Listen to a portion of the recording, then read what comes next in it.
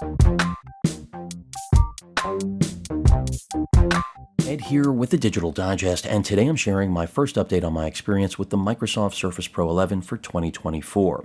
For those of you that are wondering, I have the half terabyte model in the sapphire color, priced currently at $14.99, at least at launch, and the Flex keyboard without the pen that'll set you back another $350 US. I'll include a link in the description for those of you interested in picking one up, and I can tell you right here at the top of the video, I am pleasantly surprised with the performance from this machine, considering we no longer are running on an x86 platform. We've got a Snapdragon X12 Elite processor, 12-core ARM CPU from Qualcomm under the hood, and everything is emulated because most things are not native.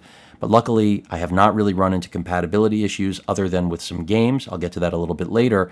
But let's take a look and a listen to some video playback, because one of the benefits of this new model is that we finally have an OLED display that happens to be 120 hertz.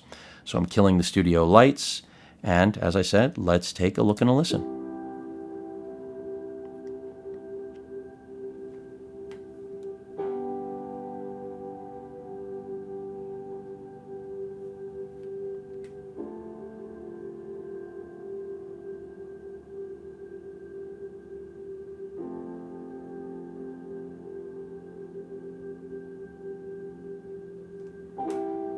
And if I go ahead and skip ahead, buffering is virtually non-existent, but ads are. So let's go ahead and get out of that. I think you got a good video sample there of just the quality of this display.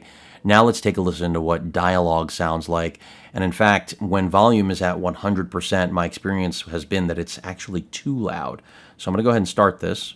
Today I'm unboxing the Microsoft Surface Pro 11 for 2024. I don't want audio to get distorted. Today is the official launch date here in the US, June 18th, again, 2024. Some will argue the reason that Microsoft really went to ARM architecture was not just to take a shot at Apple because of the cell phone-like properties that are now being brought to Windows, meaning, power efficiency, not ever having to worry about having cooling solutions, the thermals. Sure, you're going to like it that much. I mean, the styling is better for... All right, I think that's enough just to give everyone a quick look. And I'm bringing the studio lights back on. And so really what this amounts to is that the OLED is a legitimate upgrade from the IPS displays of yesteryear. But keep in mind, at the $999 entry point, they're still deploying an IPS panel.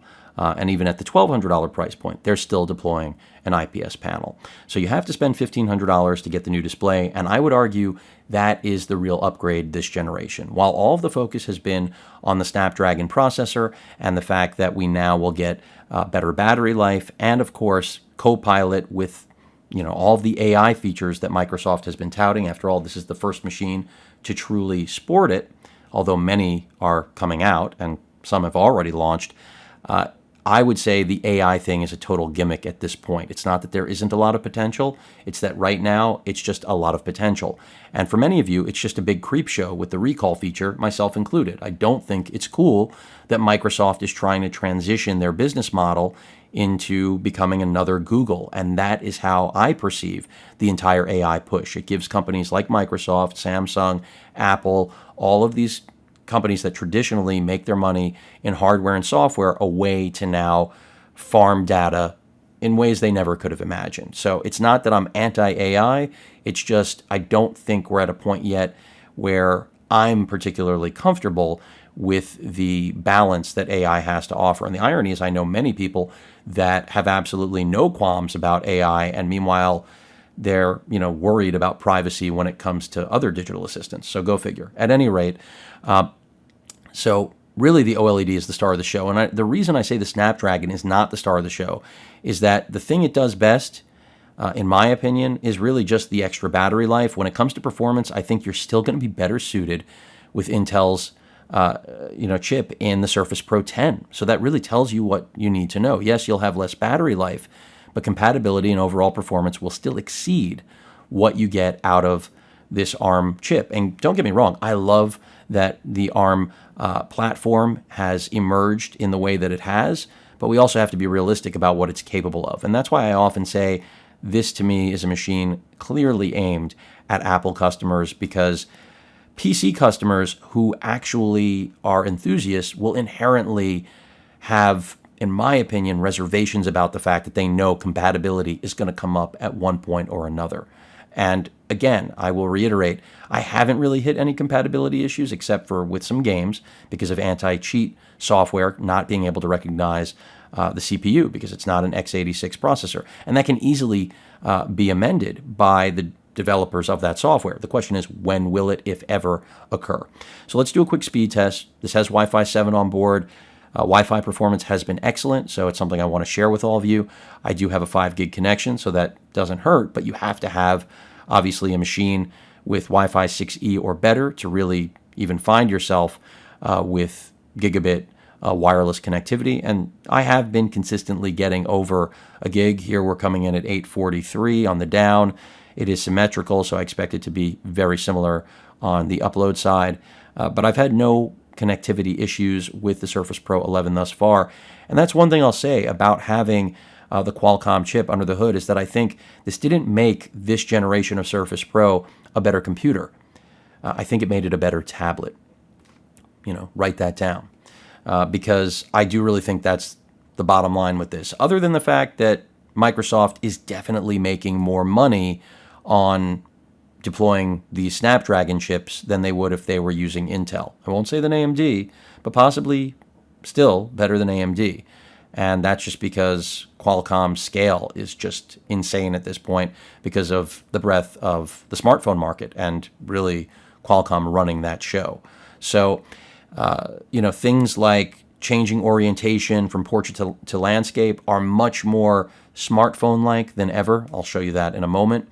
And everything just works really well. Here, again, we didn't get gigabit. I'm tempted to try a different provider in the test because we all know latency is a big determining factor of what you're going to get on speed tests. And, well, in this case, latency didn't make much of a difference. But I think you get the idea. I mean, anyone who's pulling close to a gigabit wirelessly, I think you're going to be happy. So I'm going to close this out because I think the point's been made. Let's talk about the camera, because what I will tell you is the camera is best in class. I have not seen a webcam. Granted, you're just seeing my camera and mic setup, and I can peek in, but I've limited mobility here, and angling this up isn't going to really help. But I'll try a little bit just so you see me. There I am. And one of the cool features that are part of this AI, you can see the whole menu here. So we have the automatic framing, which is like pretending you have a cameraman. Not so interesting, in my opinion, because are you really going to be moving while you're using this? Then you've got the portrait light, eye contact, so it's going to always creepily look like you're making eye contact, even if you're not. And then the background effects, I think that's going to be the most commonly used thing because it does what I think everybody is looking for. And then they have some creative filters as well. So you can go with illustrated, watercolor, and animated. So, do I think that's a game-changing element? Absolutely not. I feel like it's a gimmick. But the quality of the onboard front-facing webcam and microphones, along with that 10 megapixel on the rear, those are not gimmicks. They're the best I've seen on any computer to date. So Microsoft gets credit where it's due. They're setting a new standard there, and that is definitely a good thing. In terms of other things you should be aware of, I can't give an estimate on battery life yet. It's definitely better than what you'd be getting out of the 10th gen with an Intel processor. But this becomes, again, the performance conversation about how much better. Because if you're only going to get 3 to 4 hours more of battery life, is it worth it for now having to hurdle, of course, the emulation issue, meaning compatibility? And again, I don't think a lot of you are going to run into compatibility issues. I haven't yet, except for the gaming, as I've mentioned. And I'll go ahead and open Helldivers right now to give you that example. Not that I would expect Helldivers to actually run properly on this machine, because I would not. But this is a perfect example of you will inherently run into things that are not designed for ARM architecture and thus will not run. Now, if the anti-cheat software developers wanted to, write this software to be compatible with ARM architecture, which I think ultimately will happen, I just can't tell you when, then this wouldn't be the problem, right? Then we would be able to run the game. I don't know in what form, what capability, but we'd be able to run it. But we can't in this current state. As you can see, CPU essentially is incompatible, and that's the end of the story. Where you're going to really realistically run into this if you're not gaming is more likely in random drivers, I would say, for different devices you already own, where traditionally on a Windows x86 machine, you could just install a driver, but because this is not an x86 machine and we're essentially, converting through emulation the software so that it'll run, occasionally you're going to run into stuff where those drivers can't run. I personally haven't gotten there yet, but I know it's going to happen because, again, we're not on an x86 platform. But it's amazing how much progress Microsoft has made from the original Surface Pro X when it comes to compatibility, because I really didn't think that should even be sold. If this is where things had began, I think Microsoft would be in a much different place with ARM architecture in the Windows world. So definitely major progress there, but the bottom line is that the battery life and OLED are the two selling points of this machine. And if, like me, you ultimately may care more about compatibility and not having to worry about anything possibly not running, even though it seems like 90, I won't say 99, but 90 to 95% of software isn't going to have a problem, I would rather go with the Intel solution and shave some time off the battery life because I'm not going to have a problem plugging this in. If you're a road warrior, I get it. You want the extra battery life. But again, if you're getting like 9 to 10 hours of battery life, that probably will suffice.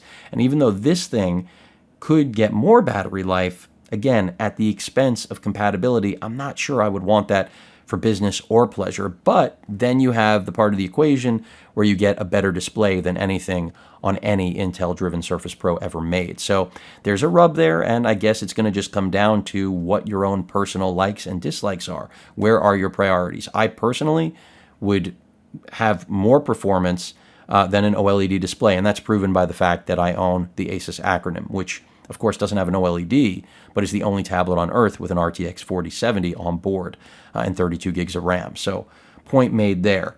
But that's so far my experience with the Surface Pro 11. It seems like it's incredibly snappy. I hate using that word.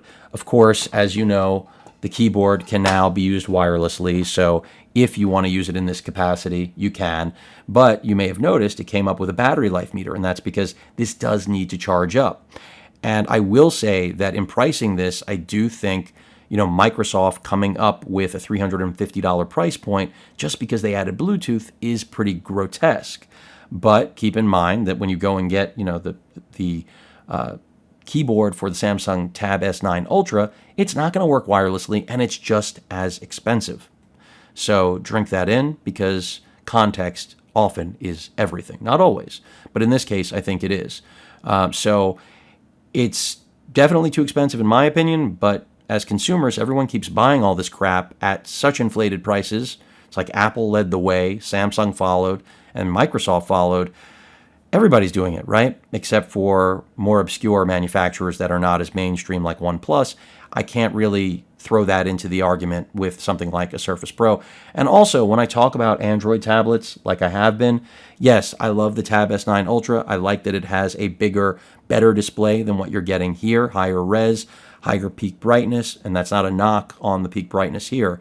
They're very close, but higher res, larger display. I appreciate that, but this is an Android operating system that even with ARM emulation going on inside Windows, this is still a real PC compared to this guy, even if this can run Samsung's DeX. And if I bring out, which is, essentially a Windows copy and a very Linux-feeling platform, which because it basically is.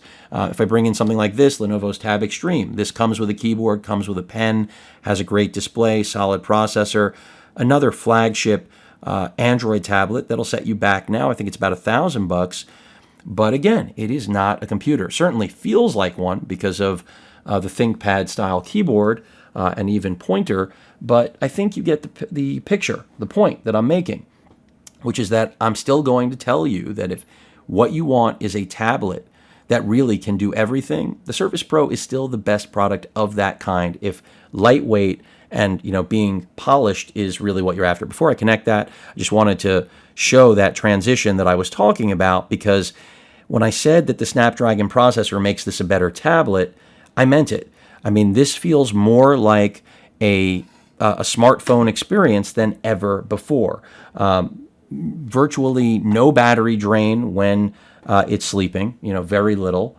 And if I turn it off and turn it on, the face unlock is virtually instant. And that's something Apple still does not have on a single MacBook product. So keep that in mind.